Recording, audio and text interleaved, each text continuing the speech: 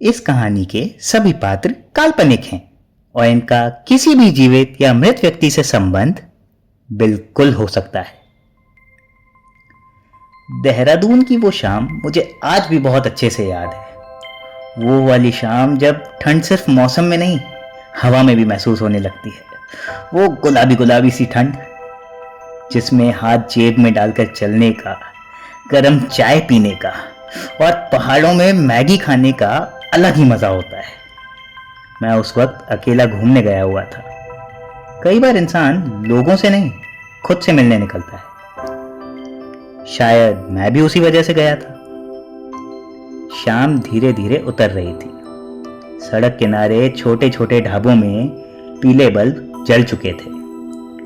हवा इतनी ठंडी थी कि मुंह से निकलती सांसें भी साफ दिखाई दे रही थी।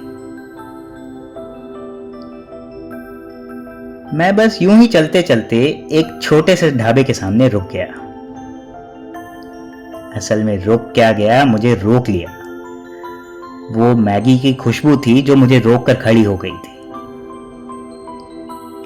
ढाबा बहुत छोटा था, बस एक स्टोव, कुछ स्टील के बर्तन और बाहर एक पुरानी सी लकड़ी की टेबल। उस टेबल के साथ 2 कुर्सियां थी। एक पर कोई लड़की बैठी हुई थी।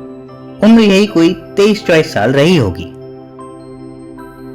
पिंक कलर की वूलन कैप पहनी हुई थी उसने और दोनों हाथ जैकेट की स्लीव्स के अंदर छुपा रखे थे।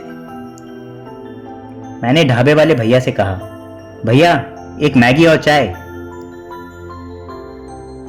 उन्होंने बस एक नजर मुझे देखा और हाँ बोलते हुए वापस अपने काम में लग गए।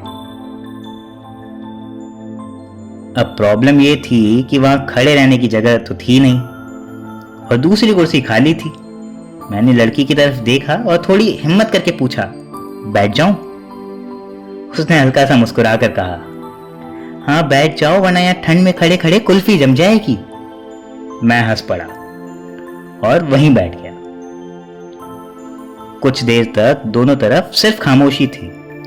वो सामने पहाड़ों को देख रही थी और मैं स्टोव पर बनती हुई मैगी को। फिर उसने अचानक पूछा, सोलो ट्रिप? मैंने सिर हिलाया, हाँ, और आप? मैं भी।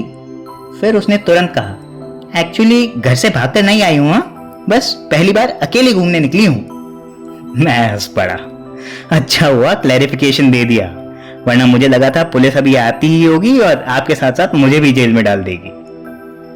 वो भी हंसती और पता नहीं क्यों उस ठंडी हवा में उसकी हंसी बहुत सुकून वाली थी। ढाबे वाले भैया थोड़ी देर बाद टेबल पर मैगी और चाय रख गए।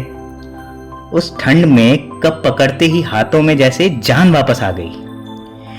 भूख तो लगी हुई थी और मैं हमेशा की तरह जल्दबाजी में मैगी का पहला बाइट ले गया और हमेशा की तरह मुंह जला बैठा। लड़की तुरंत हंस पड़ी, अरे संभल के, इतनी भी क्या भूख लगी थी? मैं मुंह पर हाथ रखते हुए बोला, पहाड़ों में पेशेंस खत्म हो जाता है। नहीं, आपका तो लग रहा है पहले से ही खत्म हो रखा है। मैं हंस पड़ा। फिर उसने कांटे से मैगी घुमाते हुए पूछा, वैसे सीरियसली आपको नहीं लगता पहाड़ों में मैगी ज्यादा टेस्टी लगती है? मैंने तुरंत कहा, बिल्कुल लगती है, पर रीजन थोड़ा अजीब है। क्या? घर पे मैगी खाते वक्त इंसान मोबाइल देखता रहता है, यहां बस मैगी ही दिख रही होती है। वो हंसती, हाँ ये तो वैलिड पॉइंट है। फिर उसने चाय की सिप ली, और शायद ठंड में हर गर्म चीज अच्छी लगती है। मैंने कहा, हाँ, बस नहाने के पानी के सिवाय ठंड में नहाने का भी मन नहीं करता। इस बार वो जोर से हंस पड़ी, इतना कि ढाबे वाले भैया भी मुस्कुरा दिए। फिर हमारी बातें छोटी छोटी चीजों पर चलती रही, जैसे फेवरेट फिल्म, पसंदीदा गाने, फेवरेट मौसम, ट्रेन की कोई जर्नी।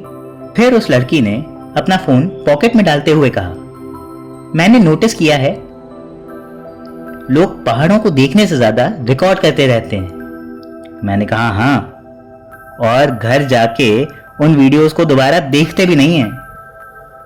हाँ एग्जैक्टली, हम लोग मेमोरीज जीने से ज्यादा स्टोर करने में बिजी हो जाते हैं। इस बार मैंने कोई जवाब नहीं दिया, बस चाय का कप हाथों में पकड़कर सामने धुंध को देखने लगा। क्योंकि कुछ बातें ऐसी होती हैं जो सिंपल होती हैं लेकिन सीधा अंदर जाकर लगती हैं। पता ही नहीं चला कब हमारी मैगी ठंडी हो गई और बातें उनमें अभी भी गर्मी थी।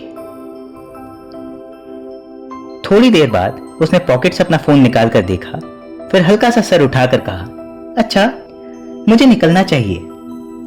मैंने बस सिर हिला दिया। ना नाम पूछा, ना इंस्टाग्राम, ना नंबर। और ऑनेस्टली उस मोमेंट में उसकी जरूरत ही नहीं लगी। उसने जाते जाते अपनी पिंक कैप ठीक की, ढाबे वाले भैया को पैसे दिए और फिर मेरी तरफ देखकर हल्का सा मुस्कुराई। बाय स्ट्रेंजर, मैंने भी मुस्कुरा कर कह दिया बाय बाय। और फिर वो धीरे धीरे उस धुंध वाली सड़क में आगे बढ़ती गई। मैं कुछ देर वहीं बैठा रहा। सामने पहाड़ थे, हवा अब और ठंडी हो चुकी थी, लेकिन पता नहीं क्यों अंदर एक अजीब सी शांति थी, जैसे जिंदगी ने भागते भागते कुछ मिनटों का छोटा सा सुकून तोहफे में दे दिया हो। उस रात होटल जाते वक्त मुझे वो गाना याद आ रहा था कि आते जाते खूबसूरत आवारा सड़कों पर कुछ अनजान रिश्ते बन जाते हैं, कुछ उनमें से याद रहते हैं, कुछ भूल जाते हैं।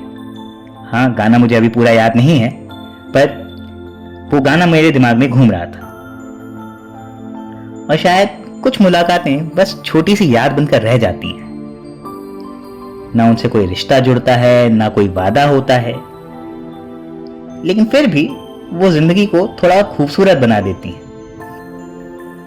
और आज भी जब कहीं ठंडी हवा चलती है या मैगी की खुशबू आती है, तो मुझे वो पिंक कैप वाली लड़की याद आ जाती है, जिसका नाम मुझे आज तक नहीं पता। तो मैंने अपने मन में उसका नाम अनामिका रख दिया। शायद इसलिए क्योंकि कुछ लोग जिंदगी में नाम से नहीं, एहसासों से याद रखे जाते हैं। अगर आपकी जिंदगी में भी कोई ऐसी छोटी सी मुलाकात हुई हो जो आज तक याद हो, तो कमेंट में जरूर बताइएगा। और अगर इस कहानी ने कुछ मिनटों के लिए ही सही आपके होंठों पर एक छोटी सी मुस्कान छोड़ दी हो, तो इसे शेयर जरूर कीजिए, क्योंकि यहाँ कहानियां सिर्फ सुनाई नहीं जाती, महसूस भी करवाई जाती हैं।